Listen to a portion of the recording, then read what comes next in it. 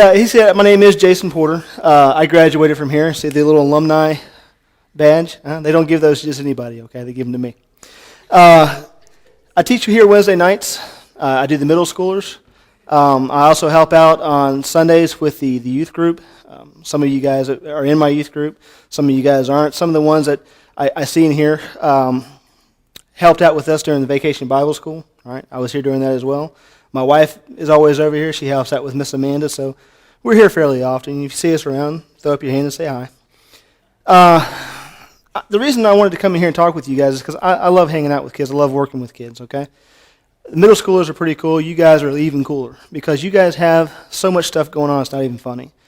The world is opening up to you guys like never has before. You're no longer in middle school. You're not really adults yet, but you got all this stuff happening in your lives right now. And to be honest with you, that's pretty cool, okay? You're going to do some things. You're going to see some things. You're going to start to experience some things that's shaping who you're going to be in the future. And so hopefully, good Lord willing, you guys are going to make some good decisions. Sometimes you're going to make some bad decisions, all right? I do what I call doing dumb. I do dumb a lot, okay? I can't really help it. I can't seem to get out of my own way sometimes, but I do. And you guys are going to do the same thing. But like I said, you guys are still just starting out your journey. What we're doing today is we're going to take a look at two folks from the Bible that went on their journeys, made their mistakes, and how it kind of came back around on them, all right, how things turned out. It's people that you guys have heard of before. We're going to be talking about Jonah and the prodigal son. Again, I know that you guys have heard this 1,000 times before. Stick with me, all right? I'm not only going to be showing you their examples of what they did, but I'm going to show how it actually played out in my life. So a lot of the stuff that I'm going to be sharing with you guys is kind of hard for me to talk about because I had to go through some crap to get to this point, okay?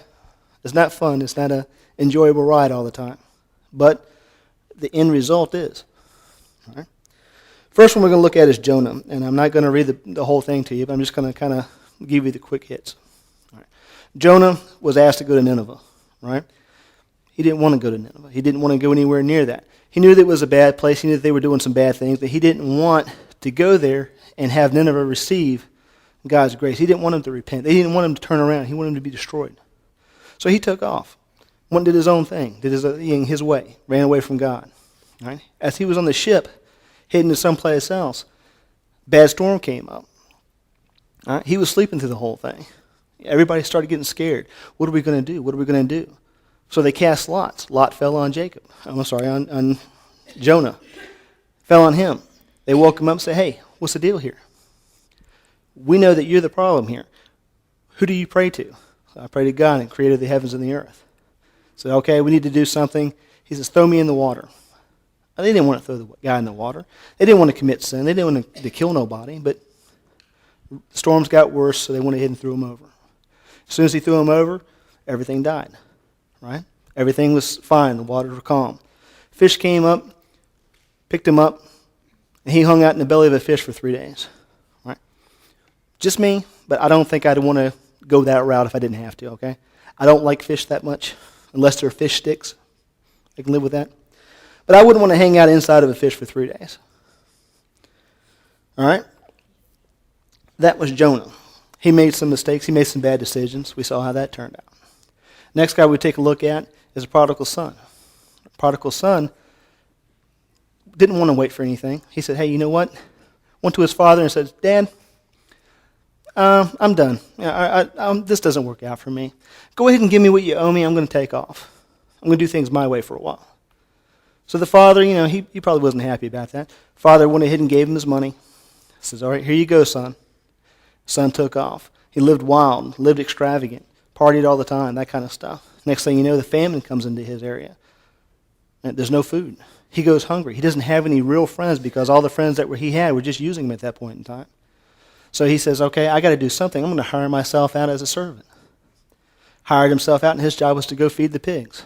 As he's going out to feed the pigs, he's starving. He's like, yeah, if I could just grab hold of some of this food that I'm giving the pigs, I'd be happy with that.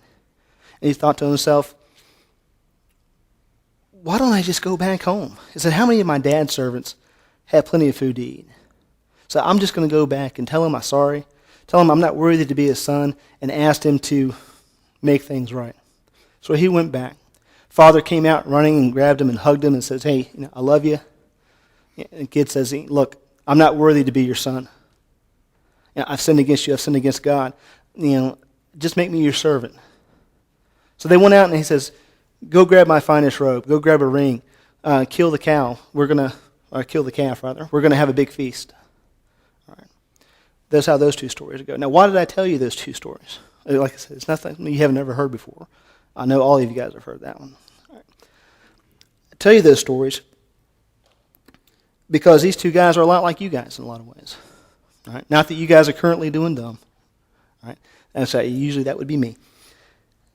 But I bring these guys up because they are relevant to us today. They do the same type of mistakes that we make in our lives. All right? Jonah took off and ran. Have we ever tried to run from God? I have. I went from 1996 to 2007. I didn't step foot in the church. I was mad. There's things happening in my life that I didn't want to really face. I didn't want to have to deal with. Now think about it with you guys. It could be anything. It could be something that he actually puts on your heart, or it can be just work in general. Right? You go home and you have a long laundry list of things you have to do, or you have a job that you have to go to. And since you guys are the younger folks, you're going to have always the worst jobs, it seems like. Right? They're going to have you cleaning out the bathrooms. They're going to have you staying late, whatever the case is. And you say, you know what, I don't want to do this. I'm going to run away from that. I'm going to run away from my report. I'm going to run away from applying for college. I'm going to run away from this over here because I'm not ready to deal with that yet. This is not for me. So we take off and we run. Does it make anything better? Has running away from anything significant in your life ever made it better? Of course not. Because guess what? Once you get done running, you're going to have to turn around and you're going to have to face it anyway.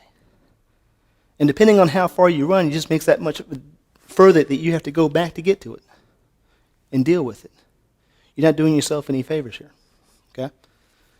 When I ran, I graduated from here in 1993. All right? I graduated before there was YouTube. All right? For me, there was just the tube, television. Somebody said that you recognize that I'm old. Yeah. I nominate her for a bad grade. Okay? All right. Now, I'm a little bit on the older side, but I graduated from here and I left. And went to UNCG, University of North Carolina, Greensboro. I was there for a couple of years and then went into the military. All right? I'm in the military. I'm in Oklahoma City. I'm 22 years old. I'm married. I have a house payment. Next thing I know, I have a kid. Daughter, she's the love of my life. Her name is Kayla. Some of you guys know her. Love her more than anything else in this world. Okay? Doctor tells me 1 hour after she's born, she has a hole in her heart. She might not live the first year. All right? I ran from that. That hurt me. Instead of me running towards God at that point in time saying, hey, I need your help. I can't do this. There's nothing I can do about this by myself. I need you to handle this. I'm not big enough to do it myself. What did I do? Well, I did basically this. Why? What are you doing to me over here? Have I not done everything that you've asked me to do? Have I not been a good person? I don't cheat on my taxes. I don't do anything wrong. Why are you doing this to me? That's what I did.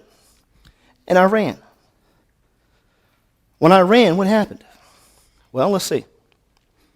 I lost my marriage. I was miserable at my work. And you can't have a bad day in the military. You always have to be on your game. I was doing miserable at work. I advanced. I did like I was supposed to, but I wasn't happy. All right?